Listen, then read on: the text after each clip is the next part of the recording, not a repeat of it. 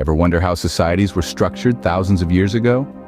Let's rewind the clock and take a journey back to the cradle of civilization, Mesopotamia. Nestled between the Tigris and Euphrates rivers, this ancient civilization was a bustling hub of human activity, and it also had one of the earliest known social hierarchies. In Mesopotamia, society was divided into distinct classes, a stratified system that included the nobility and peasants.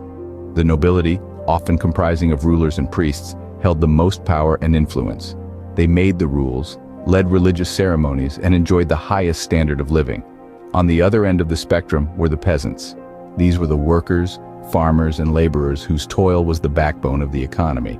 This social hierarchy wasn't unique to Mesopotamia. It was a common feature in many ancient civilizations, acting as a blueprint for how societies were organized. These early hierarchies set the stage for more complex social systems that would arise in the future. As societies evolved, so did their social structures. Take, for instance, the caste systems of India and Nepal, where one's family of birth determined their societal standing. Rooted in Hindu beliefs, these systems shaped the social fabric of the region, dividing people into distinct categories with their own roles and responsibilities. This stratification, while providing a sense of order, also led to social inequalities that persist to this day. Parallel to this, we find slavery, another form of social stratification, albeit a more extreme one. Individuals were owned by others, their lives dictated by their masters.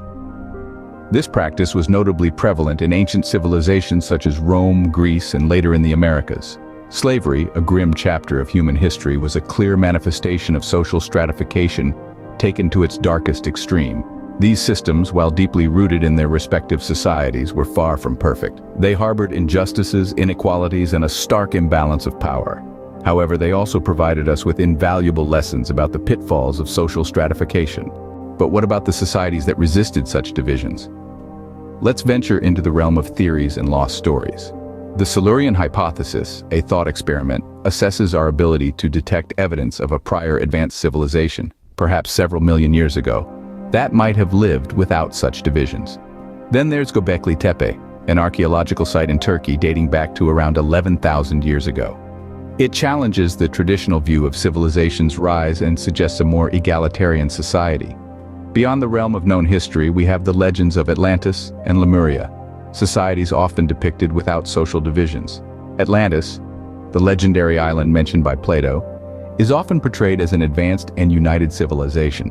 Similarly, Lemuria, a hypothetical lost land in the Indian or Pacific Ocean, is often described as a land of a highly advanced and spiritually enlightened civilization. While these stories may be speculative, they provide food for thought on the possibilities of a society without stratification. Could a society without social stratification truly exist? We've journeyed through history, from the complex hierarchies of ancient civilizations to the caste systems and the notion of slavery. We've pondered theories of united ancient civilizations and delved into the myths of Atlantis and Lemuria.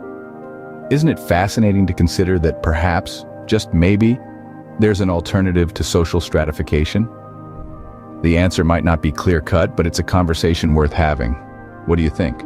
What kind of structure do you believe we are living in today? Share your thoughts in the comments below, subscribe for more if you haven't already, and see you next time.